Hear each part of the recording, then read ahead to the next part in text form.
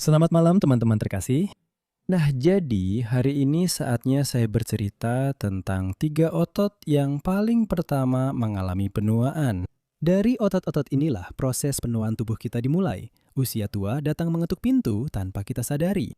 Anda membukakan pintu itu dan sayangnya otot-otot pun kehilangan keremajaan, vitalitas, dan kesegarannya. Apakah ada cara untuk mengembalikan masa muda Anda, berhenti menua dan mulai menjadi lebih muda?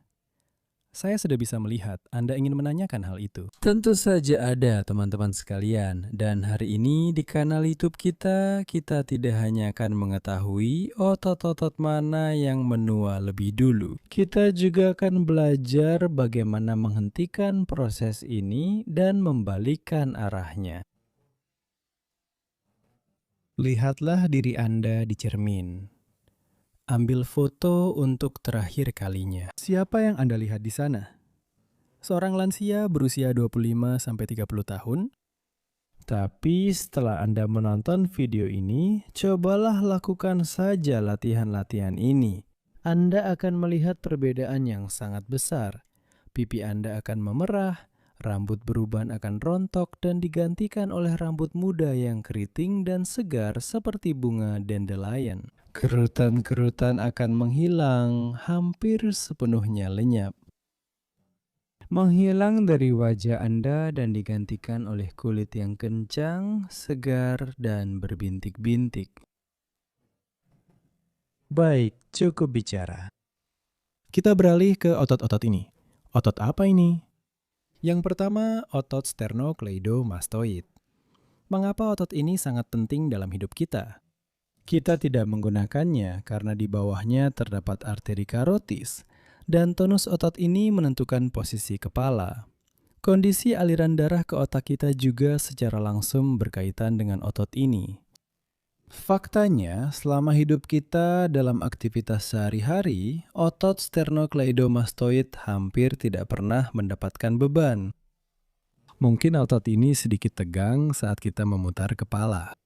Jadi, otot sternocleidomastoid itu sendiri, supaya Anda paham apa yang saya maksud, Anda bisa sedikit memutar kepala ke samping, memiringkannya, dan ototnya akan terlihat seperti itu, menjadi tegang. Gerakan seperti itu hampir tidak pernah Anda lakukan dalam kehidupan sehari-hari.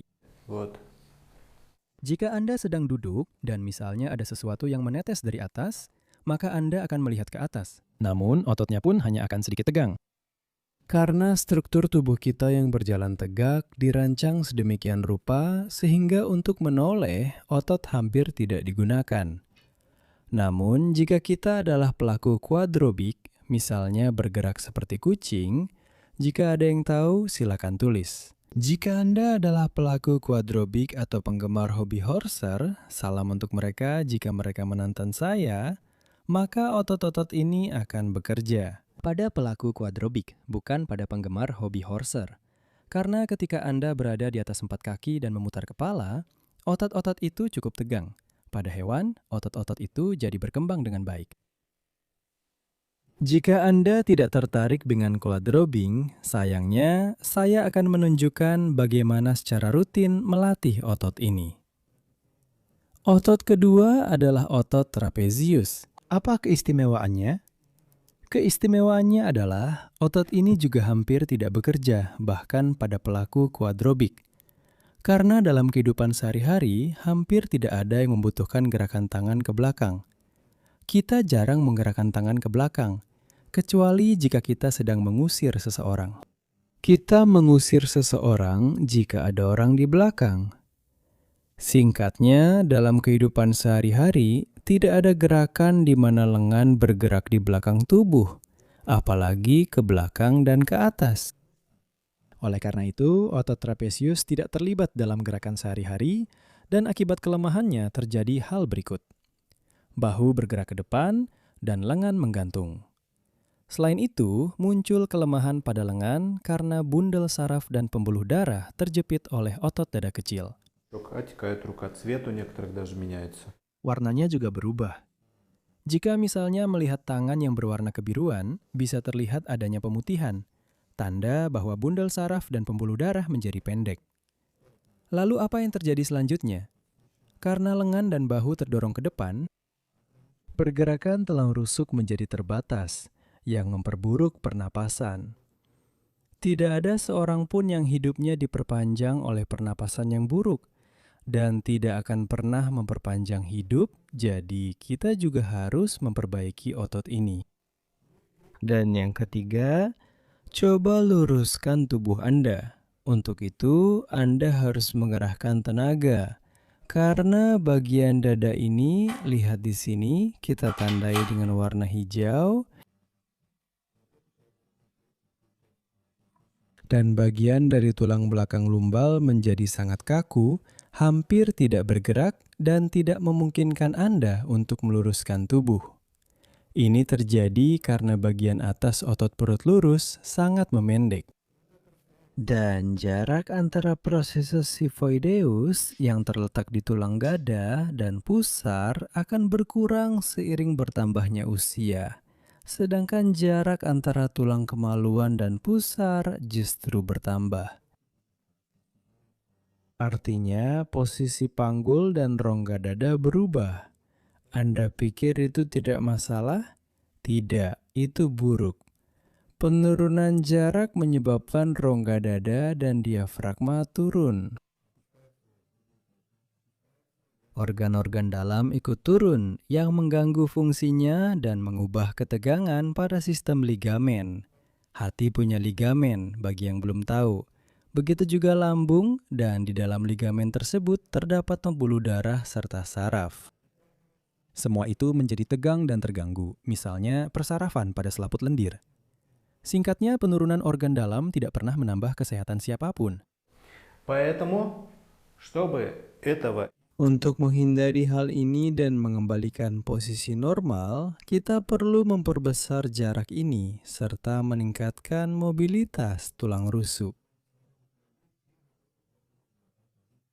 Ventilasi paru-paru, kadar oksigen dalam darah, dan kerja organ perut yang akan membawa pada kondisi dan suasana hati yang lebih optimal. Nah, bagaimana? Saya lihat sudah ingin memakai celana olahraga untuk latihan. Sekarang kita mulai. Baik teman-teman, latihan pertama adalah untuk trapezius atas. Untuk meningkatkan tonus otot ini, agar bahu kalian bisa terbuka ke posisi yang seharusnya. Ambil gulungan kecil, panjangnya sesuaikan dengan latihan ini. Ratakan gulungan itu di area sakrum, sedikit di atas antara bokong, tekan ke dinding, lalu letakkan tangan di belakang kepala. Tugas kalian adalah melakukan gerakan, tarik tangan ke belakang sehingga siku menyentuh dinding. Raih dindingnya. Sementara itu, gulungan tersebut mencegah panggul berputar. Jika tidak ada gulungan, akan jauh lebih mudah bagi Anda untuk melakukan gerakan ini, karena Anda hanya akan berputar dengan menggunakan panggul.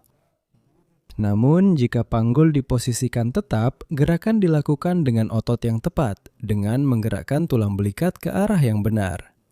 Lakukan 10 kali ke satu arah. Panjang gulungan harus disesuaikan agar siku bisa mencapai dinding. Jangan terlalu pendek, jangan terlalu panjang. Pilih gulungan seperti yang saya gunakan. Panjang seperti ini bisa digunakan. Di sisi lain juga lakukan 10 pengulangan. Anda menyentuhkan siku ke dinding. Anda mungkin akan menemukan bahwa di satu sisi gerakan lebih mudah dilakukan, sedangkan di sisi lain lebih sulit. Pada saat siku bergerak ke belakang, yang paling penting adalah panggul tidak bergerak. Lalu lakukan gerakan secara bergantian ke satu sisi, lalu langsung ke sisi lainnya. Dalam latihan ini, Anda akan merasakan ketegangan di bagian atas otot trapezius. Di bagian ini, otot tersebut hampir tidak mendapatkan beban apapun. Karena hal ini, otot menjadi jauh lebih lemah dan bahu secara bertahap bergeser ke depan. Anda perlu melatih otot trapezius Anda agar dapat menopang bahu Anda yang kuat. Dua latihan berikutnya bisa dilakukan sambil berbaring tanpa harus bangun dari sofa kesayangan Anda. Так вот, ложитесь на спину. Для грудины ключично-сосцевидной мышцы. Berbaringlah telentang untuk melakukan latihan otot sternocleidomastoid. Latihan pertama adalah memberikan beban statis pada otot tersebut. Fungsi utama otot ini adalah menahan berat kepala Anda, dan dengan cara ini Anda memberikan beban statis padanya. Saat terjadi tegangan statis, dalam beberapa kasus ketika otot sangat lemah bisa muncul tremor. Namun, secara normal Anda harus bisa menahan setidaknya selama 20 detik. Jadi latihan pertama adalah beban statis pada otot sternocleidomastoid. Yang paling penting di sini adalah jangan menekan dagu, tetapi pertahankan dagu dalam posisi alami atau bahkan sedikit terangkat. Dan dalam posisi seperti itu, Anda menahan kepala. Di bawah beban kepala, otot-otot statis bekerja. Anda bisa merabanya, ototnya sangat tegang. Ini adalah pilihan pertama. Jika latihan ini terasa mudah, lanjutkan ke yang berikutnya. Jika sulit untuk bertahan selama 20 detik, lakukan 2 hingga 3 set. Durasi bisa bervariasi dari minimal 5 hingga 20 detik. Jika latihan ini terasa mudah, lanjutkan ke beban yang lebih berat untuk otot ini. Mulailah melatih otot sternocleidomastoid secara terpisah, kanan dan kiri. Pertama, coba lakukan latihan ini sambil bergerak. Putar kepala Anda sehingga hidung mengarah sekitar 45 derajat.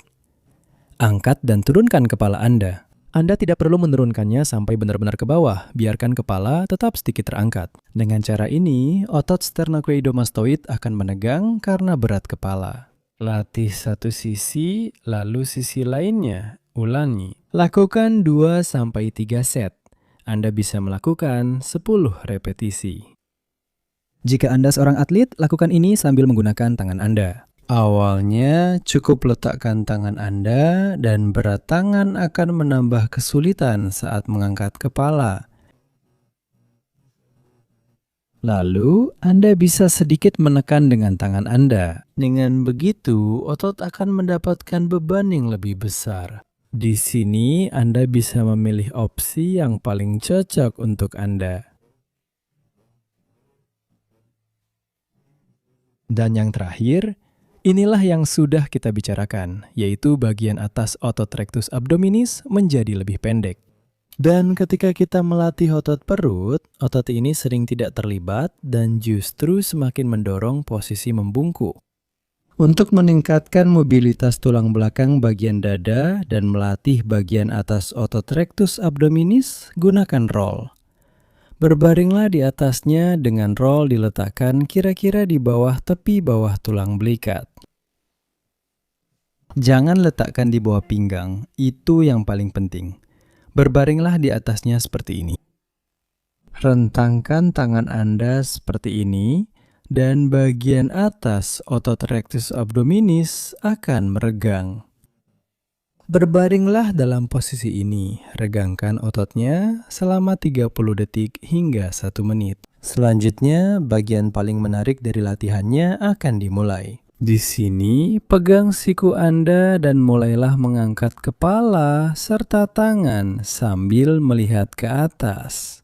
Lalu turunkan, angkat, turunkan, ulangi gerakan ini. Dengan cara ini, otot rectus abdominis mendapatkan beban yang tidak didapatkannya saat Anda hanya berbaring di lantai. Karena di sini otot tersebut sudah berada dalam posisi meregang. Dari posisi meregang ini, Anda mulai melatihnya. Dan secara bersamaan terjadi peregangan otot, peningkatan mobilitas tulang belakang bagian dada, serta perbaikan lainnya. Tidak ada kekurangan, hanya kelebihan. Lalu ada variasi latihan yang lebih sulit. Letakkan satu tangan di atas tangan yang lain, luruskan, dan lakukan hal yang sama dengan tangan hampir lurus. Di sini, beban pada otot ini akan sedikit lebih tinggi. Awalnya tidak perlu banyak pengulangan. Lakukan 3-5 kali, istirahat, lalu ulangi latihan ini beberapa kali. Dengan cara ini, setelah latihan, Anda akan langsung menyadari bahwa Anda jauh lebih mudah untuk meluruskan tubuh. karena otot rectus abdominis sudah tidak terbiasa lagi berada dalam posisi yang memendek. Dan dalam keadaan memanjang, otot tersebut memungkinkan tulang belakang untuk melurus. Mobilitas tulang belakang bagian dada secara otomatis meningkat karena Anda membiasakan otot ini bekerja dalam posisi yang meregang. Karena jika otot ini memendek, maka seluruh bagian tulang belakang dada ini tetap tidak bergerak. Di sini Anda melatih otot itu sendiri dan memberinya kesempatan untuk bekerja. Nah, teman-teman, tulis di kolom komentar siapa yang sudah mencoba latihan ini dan efek apa yang masih Anda rasakan sampai sekarang. Sampai jumpa di acara berikutnya.